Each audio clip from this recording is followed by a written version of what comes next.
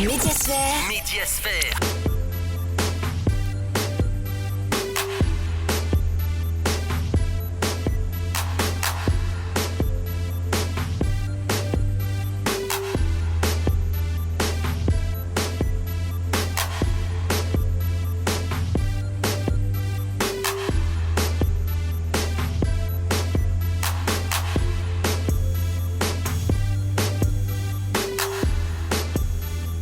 Bonsoir à toutes et à tous, bienvenue dans votre émission de toutes les semaines, votre émission Médiasphère. Ici, on parle reportage, on parle semaine médiatique, des grands formats que nous vous proposons pour que vous soyez surtout dans le bain de l'actualité. Sans oublier bien sûr, on zappe que vous retrouvez à la fin donc de cette émission. Ensemble, toutes les semaines, nous faisons le tour de toute la sphère médiatique. Justement, à l'instant, nous allons commencer parce que toute l'équipe d'Alpha Amadou Diouldé Diallo est prête. Installez-vous confortablement. Médiasphère pour vous et maintenant.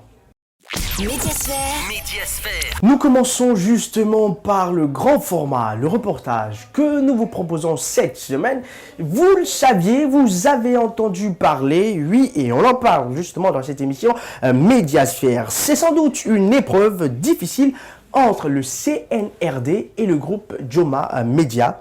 Comme rattrapé par les vieux démons, il le dit, des hommes armés donc attribués aux forces spéciales ont fait une descente musclée au sein de ce groupe de presse, seulement ainsi ce qu'on a appelé bien sûr un désordre. Des condamnations de la part des corporations ne se sont donc pas fait attendre et pour ne rien arranger, on apprend en même temps que le compte bancaire de ce groupe de presse créé donc en 2020 ont été gelés par les autorités du pays.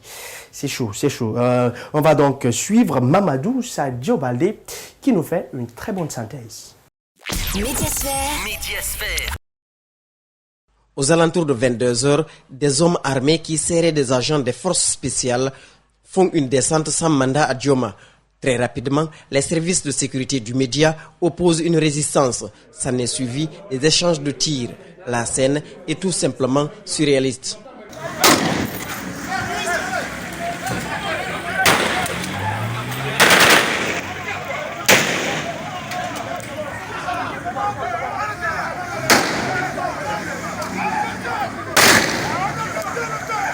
Mohamed Lamine Simakan, technicien, revient sur les circonstances de cette bagarre. Donc, il y a eu deux blessés, notamment une personne de la sécurité de renfort sur la jambe et l'autre par la main.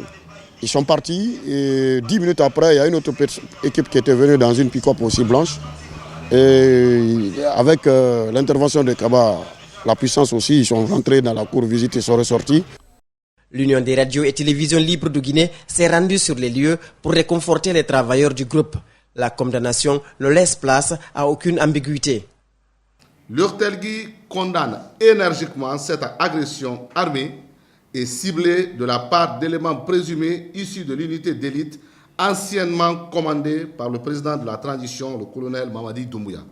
Exige des explications rapides sur les circonstances de cette agression armée, suivi de sanctions appropriées contre ses auteurs. Le syndicat des médias n'est pas parti non plus d'une main molle pour condamner le comportement de notre âge.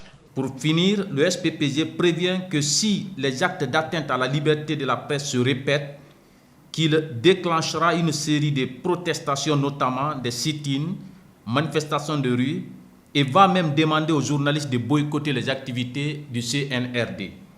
Le moral des travailleurs a touché le fond avant de revenir à la surface. Le média appartient à des organisations bien structurées. C'est pourquoi, pour le moment, il se réserve de prendre toute décision hâtive. Nous ne resterons pas les bras croisés et on a déjà vu l'Urtelgui qui exige à ce qu'il y ait des explications mais aussi des sanctions. On reste pour l'instant derrière l'Urtelgui et les jours à venir, on saura quelle pourra être la démarche à suivre.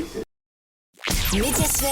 Médiasphère. Des éclaircies donc de Mamadou Sadio Baldé qui nous signait donc ce reportage. Vous avez pu donc le voir. Hein. Les autorités se sont rendues sur place. Apparemment, c'était un malentendu. Et il y a aussi, on va le rappeler, le groupe Adafo Media qui était solidaire à ce groupe de presse Joma Media. Donc toute l'équipe donc s'est aussi déplacée par rapport au gel de compte. On espère que les choses seront réglées. En tout cas, c'est une procédure qui est lancée. Mais encore une fois de plus, tout notre soutien, c'est un média. Et un média, on ne l'offense pas. Voilà.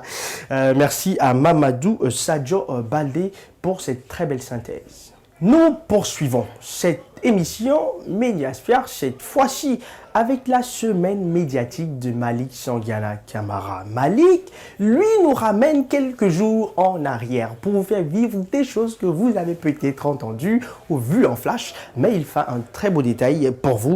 Il parle donc, vous rappeler, de cette prestation de serment, célébration, ensuite de la fête de l'indépendance ou de la fin, il le dit, le mot, de la corona politique ou encore de la prise du pouvoir par l'armée. En vérité, Malik Sangiana, lui-même, il le dit, il reste confus. Confus pourquoi? Il nous le dira tout de suite. Il nous confirme quand même, en tout cas, que la capitale guinéenne était en ébullition la semaine dernière. Main dans la main, il le dit, Malik, les Konakrika étaient debout comme un seul homme pour l'honneur du rouge, du jaune et bien sûr du vert. Les mots de Malik. Et justement, nous parlons de lui avec sa semaine médiatique qu'il nous propose donc au compte de cette semaine. Suivez. Médiasphère. Médiasphère. Je ne suis pas juriste de profession, plutôt journaliste. Qu'à cela ne tienne, j'ai reçu au moins des cours de droit général et pas seulement de droit constitutionnel aussi. Donc, j'en sais un peu. J'ai été surpris de mes excellents profs de droit donner leur langue au chat lorsque je les ai posé la question de savoir est-ce possible que le président de la junte Laye Madi prête serment alors qu'il n'est pas l'élu du peuple. Ah, les hommes de droit, je vous aime, hein, mais voilà, vous êtes à la base de beaucoup de confusion dans ce pays. Légal ou illégal ou légitime ou illégitime, normal ou anormal, période d'exception, Yandi, gardez vos arguments et article cette fois-ci de Laye Madi n'est pas, lui, dans la démagogie, go. Moi, Mamadi Doumbouya, président de la transition, je jure devant le peuple de Guinée de préserver en toute loyauté la souveraineté nationale, de respecter et de faire respecter les dispositions de la charte de la transition. Ah oui, respecter et faire respecter la loi, vous dites. Merci de n'avoir pas fait comme votre prédécesseur Koro, et ma gueule, qui a expressément omis un passage important du serment. Et voilà, c'est de là d'où est venue toutes les mauvaises intentions. Ensuite, mon colonel, quoi d'autre comme engagement? De remplir mes fonctions dans l'intérêt supérieur de la nation, de consolider les acquis démocratiques, de garantir l'indépendance de la patrie et l'intégrité du territoire national. Bien, parole d'un soldat, longtemps célébré sobrement, pas par manque de volonté, mais au nom des corona politiques, notre fête d'indépendance le 2 octobre avait perdu toute sa saveur grâce à l'avènement des forces spéciales. Après la mission spéciale, la fête d'indépendance de cette année fut spéciale. Et on ne parle presque même plus de corona politique. Go, dia, Covid-po, variant alpha, a peur de Laye Madi. Et voilà qu'il a disparu. Les Guinéens sont pleins d'espoir. Avec le lion noir au béret rouge et son unité d'élite, les forces spéciales. Il ne fera pas de défilé, comme lorsque les Guinéens l'ont vu pour la première fois. Il fera plutôt le dépôt de la gerbe de fleurs à la mémoire des vaillants soldats et civils tombés pour la défense de notre pays. Aujourd'hui, le colonel Doumbouya est président de la République, commandant en chef des forces armées guinéennes. Tout un symbole, une nouvelle ère pour la Guinée, un nouveau souffle pour le peuple. Comme nous l'avons déjà dit, cette fête est placée sous le signe de l'espérance et des rassemblements. Notre pays a plus que jamais besoin de ses fils et pour l'union sacrée de toute la population, pour qu'ensemble nous arrivons à construire ce pays. Est-ce une fête d'indépendance ou celle de la libération des corona politiques? Je donne ma langue au chat. Une chose reste claire, les jeunes se sont bien éclatés. Allons voir au palais du peuple, puis une virée dans la ville de Conakry. Ici, chacun fête l'indépendance à sa manière. Comme vous le remarquez, tous quasiment vêtus aux couleurs de la Guinée, hissent le fanion national pour exprimer la liberté. Du palais du peuple, cap sur le grand centre de négoce de Conakry. À Madina, ici, les femmes manifestent leur joie pour soutenir l'arrivée du nouveau président, le colonel Mamadi Doumbouya. Pour elles, c'est un ouf de soulagement. Nous avons aimé l'arrivée du président Doumbouya. Je n'ai jamais aimé une fête comme celle-là. Tout le monde manifeste sa joie pour célébrer la fête d'indépendance. Donc, bienvenue au nouveau président. La devise de la Guinée, travail, justice, solidarité. Voilà qu'on ne va pas seulement se limiter à l'amusement. Mon oncle le général gouverneur de Kindia, ah oui, lui, il vient de Sanguena. Si vous ne croyez pas, allez-y vérifier. Il a mis ses hommes au travail, genre à assainir la ville. Le colonel Mamadi Doumbouya qui nous a donné des instructions de consacrer la journée du 2 octobre 2021 au rapport civilo-militaire, renforcement des rapports civilo-militaires, autrement dit des actions d'assainissement dans toutes les villes de la Guinée. Solidarité, les Guinéens n'ont aucun différent, ni tété. Le plan machiavélique des politiques. Pour des leaders d'opinion et activistes de la société civile, cette journée renvoie à un double événement, celui de l'an 58 et celui du départ d'Alpha Condé le 5 septembre dernier. Nourris d'espoir, ils exhortent les nouvelles autorités à ne plus laisser pour compte la jeunesse guinéenne. Dans la mesure que cette jeune jeunesse qui n'avait pas la chance de se retrouver, qui n'avait pas la chance de communier cette journée historique, qui n'avait pas la chance au fait de parler d'une même voix, se retrouve aujourd'hui dans sa diversité globale afin que nous puissions marcher ensemble, parler d'une seule voix, bâtir cette nation dont nous rêvons tous. Justice, justice, oui, justice, je parle bien de la justice. La Guinée et les Guinéens en ont besoin. À la place de Sidi Suleiman Ndiaye, j'ai honte avec toutes les révélations des GG. Pendant ce temps, Fonike Mangué devient de plus en plus un grand homme. Il a son mot à dire dans ce pays. Wallahi billahi talaï. Je demande au colonel Doumbouya, président du CNRD, de tenir compte de la situation de la jeunesse guinéenne dans chacune de ses prises de décision. La Guinée a besoin de réconciliation. Insolite, je vous raconte une histoire vraie. Un voleur qui refuse de travailler et qui s'attaque aux paisibles citoyens après l'une de ses opérations, il a préféré se donner la mort malgré tous les gris-gris qui se trouvaient sur lui. Ce présumé bandit s'est donné la mort lorsque la population a voulu mettre main sur lui, à en croire ce témoin qui a été l'une de ses victimes. Il est venu avec un fusil. Il m'a demandé de quitter, sinon il allait tirer sur moi. Il m'a giflé, je suis tombé. La population voulait le prendre. C'est après, il s'est tiré dessus et son ami a pris la fuite. Conseil d'un sage, chers jeunes, travaillons et travaillons dur à la sueur de nos fronts. Sur ce, je souhaite bonne fête d'indépendance à tous les Guinéens d'ici et d'ailleurs. Médiasphère. Voilà, c'était la semaine de Malik Sanguena Camara. Malik que nous retrouvons toutes les semaines avec cette façon un peu différente de nous présenter l'actualité de la semaine. Mais surtout, l'objectif, c'est vous mettre au bain de tout ce qui se passe, tout ce que vous avez donc pu rater. Voilà, bravo en tout cas au Conakryka, mais surtout aussi à l'ensemble des Guinéens, parce que c'était pas qu'à Conakry, il y avait à la baie, il y avait en tout cas sur tout le territoire. Les gens se sont beaucoup réjouis pour cette célébration du 2 octobre. On espère que l'année prochaine, ce sera pareil, ou peut-être même un peu plus. On retrouve donc Malik Sanguena Camara la semaine prochaine dans sa rubrique La Semaine Médiatique.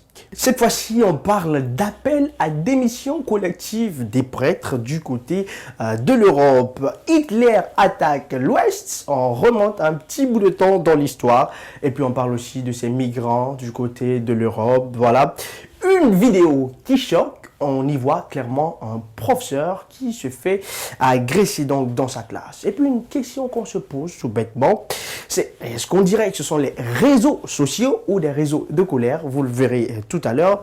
Et puis, il y a quand même une petite évolution. On cherche à bannir les emballages plastiques. Voilà, tout ça, c'est le contenu de toutes ces infos que nous allons tout à l'heure découvrir du côté de l'Europe. C'est un regard impertinent de Patrick Menet qui nous propose toutes ces images avec toutes ces chaînes de médias qui sont de l'autre côté. Et oui, c'est aussi ça la semaine médiatique. On ne se limite pas qu'au pays, mais on prend aussi de l'envol pour aller de l'autre côté. Allez, suivez. Médiasphère. Médiasphère.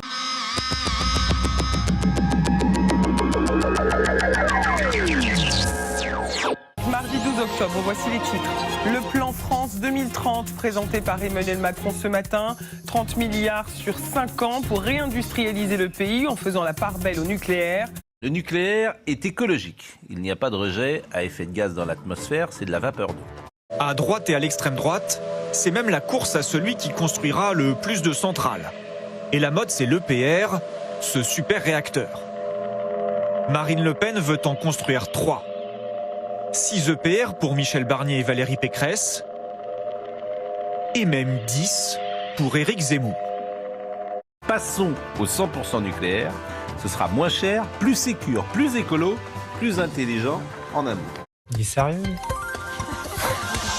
Réinventer le nucléaire par petites touches. C'est le pari d'Emmanuel Macron qui mise sur ces centrales de petite taille dont la puissance ne dépasse pas 300 MW et qui pourraient alimenter des villes d'à peine 100 000 habitants. La France a investi dans le nucléaire depuis les années 70 sans aucun débat démocratique et aujourd'hui on assiste à une forme de fuite en avant encore pour des réacteurs qui sont certes des réacteurs de petite taille qui ne sont pas destinés à la France, qui sont destinés à l'exportation. On va parler de ces petits réacteurs dans un instant dans l'enquête. Et dont on espère un prototype en 2030 avec peut-être une production à grande échelle en 2040 alors que là le GIEC nous dit qu'on a 5 ans pour agir. La stratégie pour 2030 doit nous conduire à investir 30 milliards d'euros pour répondre justement à ce déficit, qui est le déficit en quelque sorte de croissance français. C'est un populiste chic, un populiste de velours, un populiste mainstream, un populiste mondain, un populiste des élites. Plusieurs personnes vous disent ça. Expression. Avoir la grosse tête. Oui. Nous, on a eu la curiosité d'aller voir des gens, des philosophes, comme M. Wolff, ou comme des historiens, comme M. Prochasson et d'autres, qui nous ont tous démoli la thèse du Macron intellectuel suprême. Ils nous ont tous dit non, c'est effectivement du populisme facile. Il veut séduire les foules.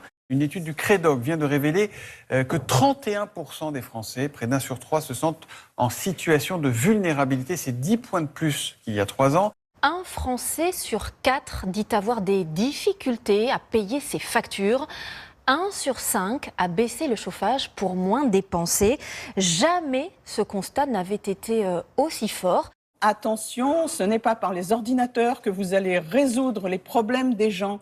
Les problèmes des gens, c'est d'avoir 1, de quoi manger, mais 2, d'être respectés dans leur dignité. Raymond DeVos disait que le néant, c'est un trou avec rien autour. On est en plein dedans. Et ce néant permet à des monstres d'émerger. Je vous laisse le soin de les nommer. Éric Zemmour, il soulève des vraies questions que se posent les Français, que ce soit la question migratoire, la question de l'Europe, la question de la sécurité. Mais dans tous ses propos, il fracture. 220 millions d'euros sont en jeu et c'est la première fois depuis la création du jeu Euromillions. Alors si jamais vous remportiez cette fabuleuse somme, j'imagine que vous avez déjà une multitude d'idées pour l'utiliser. Vous êtes de Lausanne, l'équipe ici ? Oui. Ok. Ça paiera même pas d'impôt sur les 100 000 euros alors. Eh bien, il n'y a pas de gagnant ce soir. Mais écoutez bien, ce sont toujours ces fabuleux 220 millions d'euros qui seront mis en jeu vendredi prochain. Nous vivions dans une pièce à plus de 600 personnes. Il y avait 36 nationalités africaines.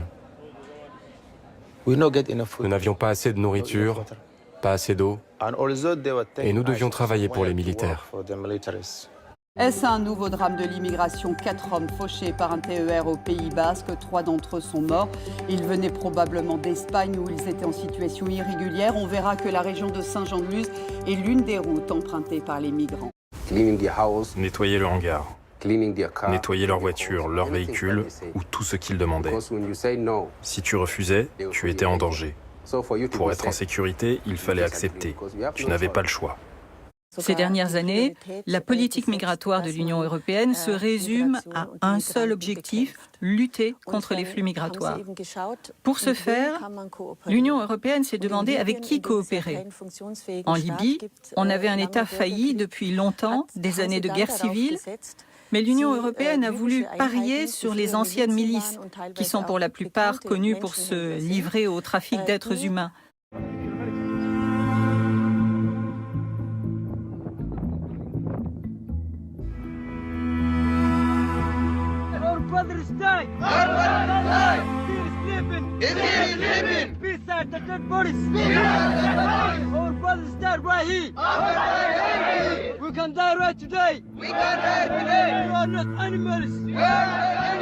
De belles images pour illustrer l'enjeu de cette conférence, mais des chiffres massus. Ces 50 dernières années, 68% des vertébrés ont disparu et depuis 30 ans, 75% des insectes. Bref, le vivant s'effondre sous nos yeux à une vitesse vertigineuse.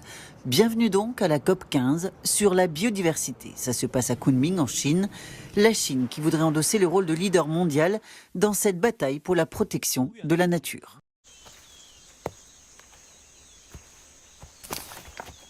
Comme le dit un proverbe chinois, tout être s'épanouit quand il vit en harmonie avec la nature.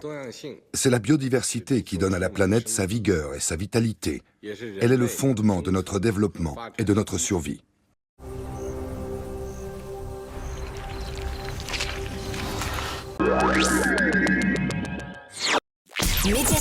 Médiasphère. Au plaisir donc de vous faire découvrir toute l'actualité du côté de Conakry, de la Guinée, de l'Afrique et partout dans le monde. C'est cela notre mission et c'est aussi cela Médiasphère, c'est notre but. Et puis on revient cette fois-ci là pour vous parler de cette rubrique, la dernière que nous aimons bien, c'est bien sûr On Zappe. Là aussi, on vous propose un condensé, comme on le dit toutes les semaines, de toutes les émissions que vous n'avez pas pu suivre en semaine, en tout cas des parties inédites, des parties intéressantes, importantes, poignantes, des mots qui nous ont quand même plu ou qui nous ont touchés, que nous vous proposons au compte de cette rubrique On Zappe. On zappe, mais ne zappez pas, restez pour que nous terminions en beauté.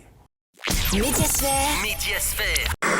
Ça veut dire que vous prédestinez, en fait, vous vous situez à ce que l'ordre de plus fort s'impose à votre ordre, parce que le meilleur ordre découle du respect de la loi. Ouais. C'est la garantie de tout le monde. Non mais Mohamed, vous ne pouvez je pas ne valide dire... pas non plus. Voilà, parce que cela, je vous attendais, parce que vous ne pouvez pas dire parce que les civils l'ont fait. Et puis maintenant, les décisions... Ne me faites pas dire ce que je n'ai pas dit. Ouais. Je suis dans votre studio, ne me faites pas dire ce que je n'ai pas dit. J'ai dit et j'ai été très clair. Je dis ce n'est pas de nature à valider quoi que ce soit. Moi, par exemple, tout ce qui m'a été fait comme manquement... Le fait de faire recours toujours à ce qui a été mal fait par les civils, c'est comme si c'était une explication que vous voulez donner. Ce n'est pas une explication, ce n'est pas une justification, c'est une explication des conséquences.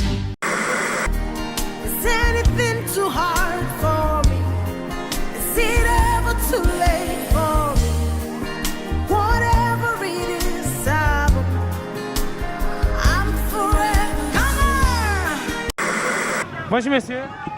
Bonjour. Bonjour. Est-ce qu'il faut libérer le professeur Alpha Condé? Hein? Est-ce qu'il faut le libérer? Non, faut juger. Est-ce qu'on doit libérer le professeur Alpha Condé? Non. Pourquoi? Non. Pourquoi? Ce qu'il a fait, c'est le mal gouvernement. C'est pas bon. Les réseaux sociaux Facebook et Instagram ainsi que les messageries instantanées Messenger et WhatsApp ont subi une gigantesque panne ce lundi dernier. Alors si Mark Zuckerberg a perdu 6 milliards de dollars en quelques heures à cause de cette panne, alors ceci n'a pas fait que des malheureux. En effet, les milliards d'utilisateurs de ces plateformes qui n'ont pas pu les utiliser pendant plusieurs heures se sont dirigés vers des services concurrents. Cette panne a été la plus importante jamais observée avec pas moins de 5,6 millions de signalements venus du monde entier entre 17h et 15h et 18h30 à Paris. Alors très vite, certains utilisateurs de ces plateformes ont commencé à se tourner vers la concurrence. Médiasphère. Voilà, c'est cette rubrique qui vient mettre fin à notre émission du jour Médiasphère. Merci à vous tous qui avez pris le temps de nous suivre, de nous regarder. Continuez surtout à suivre nos programmes. Et merci à toute l'équipe qui a permis à ce que vous, à l'instant où que vous soyez, dans votre salon, partout avec votre smartphone, en train de nous suivre. Merci à cette équipe. Je veux parler de mon cher ami Aboubacar Din Camara qui était là au cadrage. Et puis il y a Alassane Barry, lui aussi, qui était au son. Le tout réalisé pour vous par Alpha Amadou Julde Diallo. Merci et prenez soin de vous où que vous soyez. On se retrouve la semaine prochaine pour un autre numéro de Médiasphère et on fera ensemble le tour de toute la sphère médiatique. D'ici là, restez sur Espace TV parce que nos programmes sont les meilleurs. Médiasphère.